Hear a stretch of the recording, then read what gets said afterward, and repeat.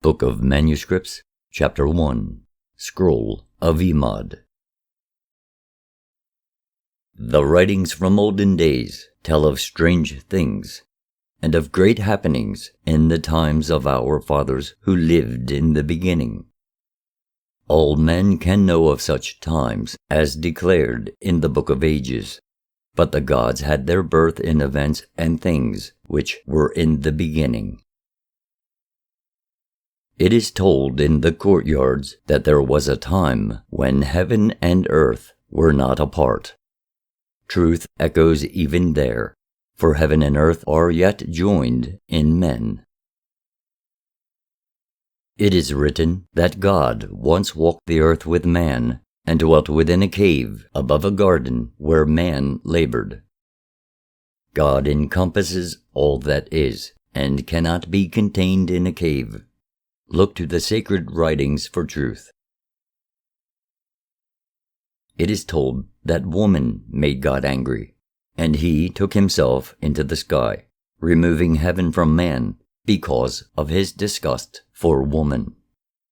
It is also told that man offended God by imitating him.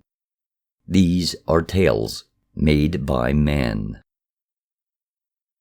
This is not wisdom, for the sacred writings reveal the plans of God, and these things cannot be as told.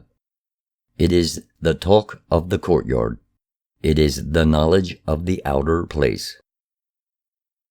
Men talk of the land of Oben, from whence they came. Not from Oben towards the south came men, for the great land of Ramakui first felt his step. Out by the encircling waters, over at the rim it lay.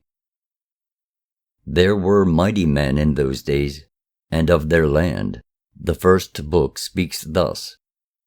Their dwelling places were set in the swamplands, from whence no mountains rose, in the land of many waters slow flowing to the sea, in the shallow lake lands among the mud, out beyond the great plain of reeds, at the place of many flowers bedecking plant and tree, where trees grew beards and had branches like ropes, which bound them together, for the ground would not support them. There were butterflies like birds, and spiders as large as the outstretched arms of a man. The birds of the air and the fishes of the waters had hues which dazzled the eyes. They lured men to destruction. Even insects fed on the flesh of men. There were elephants in great numbers with mighty curved tusks. The pillars of the netherworld were unstable. In a great night of destruction, the land fell into an abyss and was lost forever. When the earth became light, next day, man saw man driven to madness. All was gone. Men clothed themselves with the skin of beasts, and were eaten by wild beasts. Things with clashing teeth used them for food. A great horde of rats devoured everything, so that man died of hunger. The brain-eaters hunted men down and slew them. Children wandered the plain land like wild beasts, for men and women became stricken with a sickness that passed over the children. An issue covered their bodies, which swelled up and burst, while flame consumed their bellies. Every man who had an issue of seed within him, and every woman who had a flow of blood, died. The children grew up without instruction, and having no knowledge, turned to strange ways and beliefs. They became divided according to their tongues. This was the land from whence man came. The Great One came from Ramakui, and wisdom came from Zador. The people who came with Nadhi were wise in the ways of the seasons, and in the wisdom of the stars. They read the book of heaven with understanding. They covered their dead with potter's clay, and hardened it, for it was not their custom to place their dead in boxes.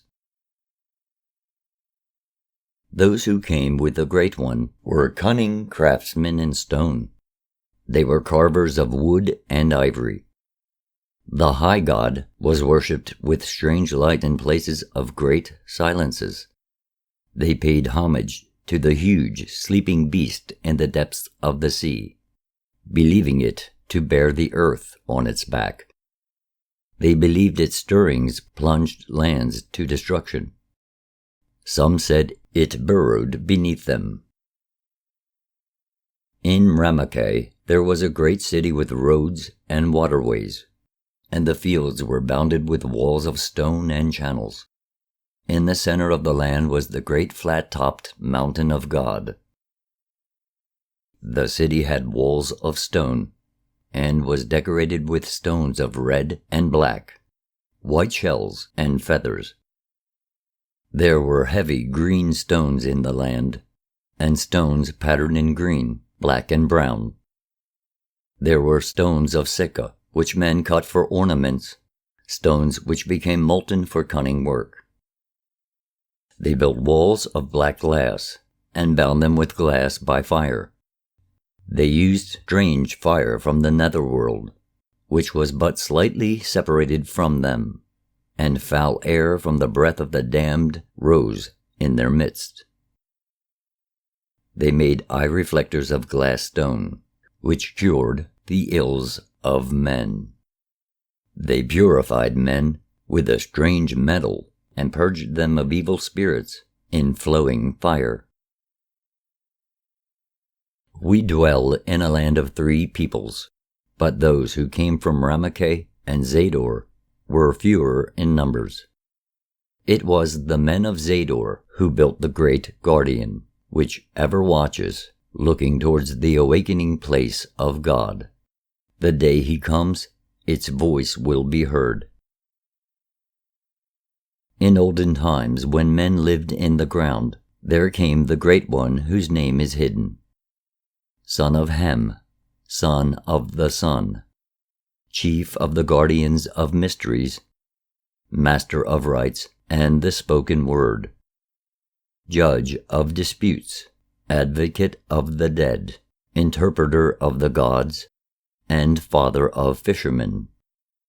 From the west, from beyond Mandai, came the Great One, arrayed in robes of black linen and wearing a headdress of red, who taught men the secret of writing and numbers and the measurement of the years, who taught the ways of the days and the months, who read the meaning of clouds and the writing of the nightlights, who taught the preservation of the body, that the soul might commune with the living, and that it might be a doorway to the earth, who taught that light is life, who taught the words of God, which spoke to men and hid things from them, which stood in the place of truth for those with understanding, which spoke to the priests, the scribes, and the people differently according to their enlightenment, who taught that beyond the visible is the invisible,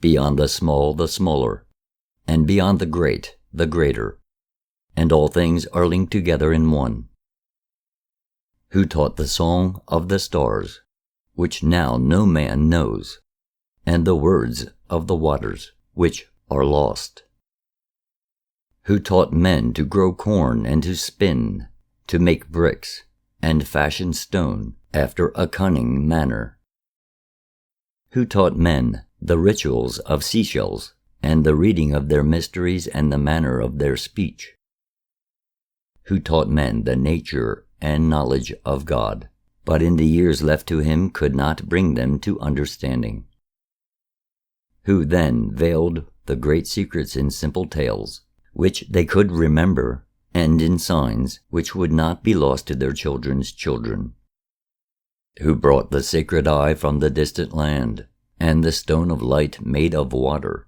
by which men see God, and the firestone, which gathers the light of the sun before the great shrine.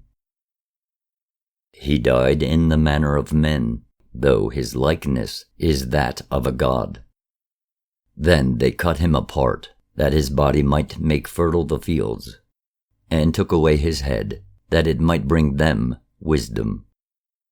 His bones they did not paint red, for they were not as those of others. These are the words of the sacred writings, recorded after the old custom. As they are, so let them be, for that which is recorded remains with you. The stone of light and the firestone were stolen in the days of disaster, and none now knows their resting place. Therefore the land is empty.